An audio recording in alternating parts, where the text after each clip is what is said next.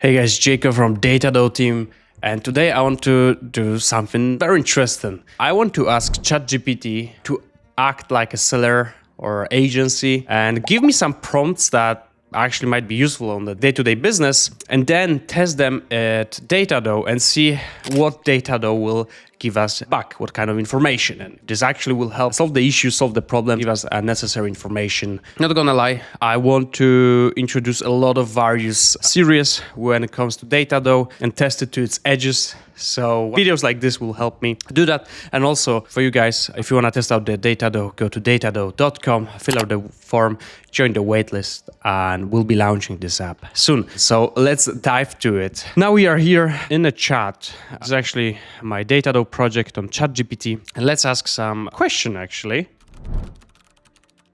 All right, something like this. Hey chat, I'm recording a YouTube video and I need you to act like an Amazon seller agency. Give me some interesting prompts that I can test and use on DataDoe. So let's see what it gives us.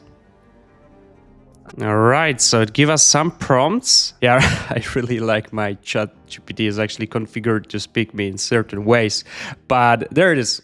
Absolutely, here are some fire prompts straight from the mind of power seller or agency lead, plus why they matter. So that's very nice. So the first one is here. Show me a tree map of total units sold per ASIN in February 2025. All right, so this year.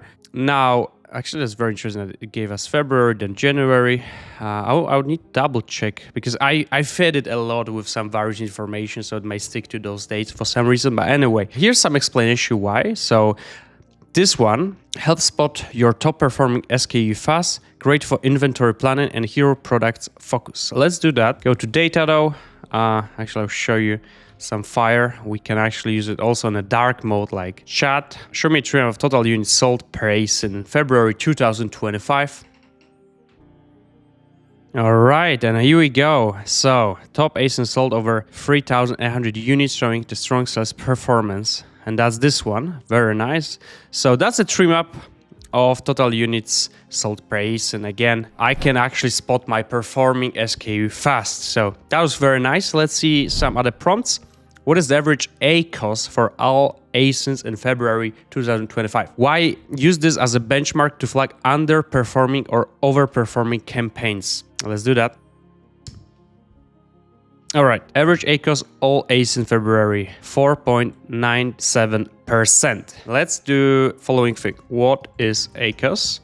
Is this good or bad percent? Let's do that. Let's ask it actually right here in the DataDoe. All right, ACOS, advertising cost of sales.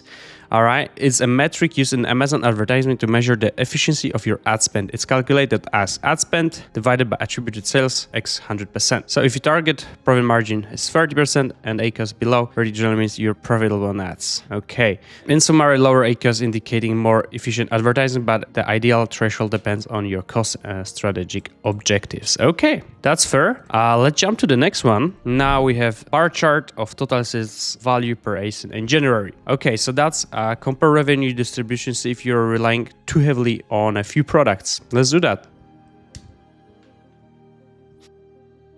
All right, so we have it here. I see that it's a little bit back here, but our dev team will work on that, so no worries. It's probably just the maximum. But anyway, we have this total sales value for various ASINs over there, so we can actually see our best ASIN, our worst ASIN. So yeah, ASIN leads with the highest sales value, and that's the number here. Very nice. In January, which is really good. Again, we can really see the revenue distribution on those ASINs. All right, now show a scorecard for total revenue, ad spend, ACOS, RoAS, and net sales.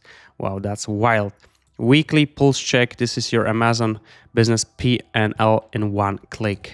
That's very nice, actually. If we can get all of those, I know that there's a lot of those tools that normally does it. All right, seems like we got an issue. Let's try a new feature, which is regenerating the answer.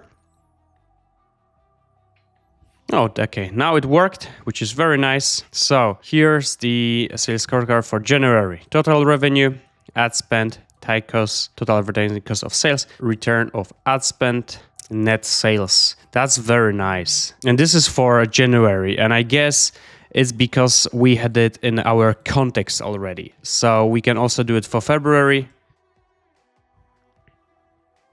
All right, and there it is. Right now, actually generated the actual scorecard. It was quite strange that it didn't work here, but probably if I would regenerate it again, it would give us... It still has some bugs. I mean, we are in an alpha stage, so no worries. But for the February, it actually worked pretty well. So we got a scorecard, total revenue, ad spend, ACOS, RoAS, and net sales. That's very impressive, actually, that we can actually get it all here in one place just with one command. So that's sick. Let's go further. What's my average ACOS over the last 90 days versus this week? Spot trends or problems in your ad efficiency before they cost you profit here. I don't think we have a database ready for this week. So let's do versus the last. If you guys are sellers and if this prompt doesn't make any sense, let me know, because again, we are very good at tech.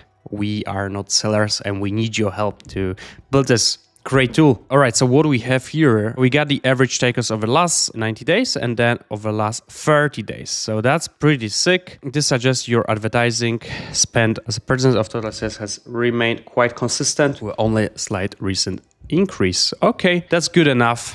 All right, now, which campaign had high impressions but low clicks this week? Again, I don't think we have the data for this week as we are still in alpha. The last sync was, I think, last week. So I'll just do a different date. But here, why identifies wasteful ad spend, poor targeting, bad creatives, or irrelevant keywords? Okay, let's try this one. Which campaigns had high impressions but low clicks this week? And I'll change this week to last 14 days.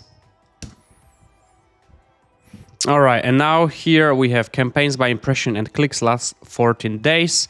We can actually download this data, open it here in the CSV, and we have the CTR, clicks, campaign name, and the impressions. So we can actually see it over here, which is very nice. And now if we go back, analyze it. Let's see what it has to say.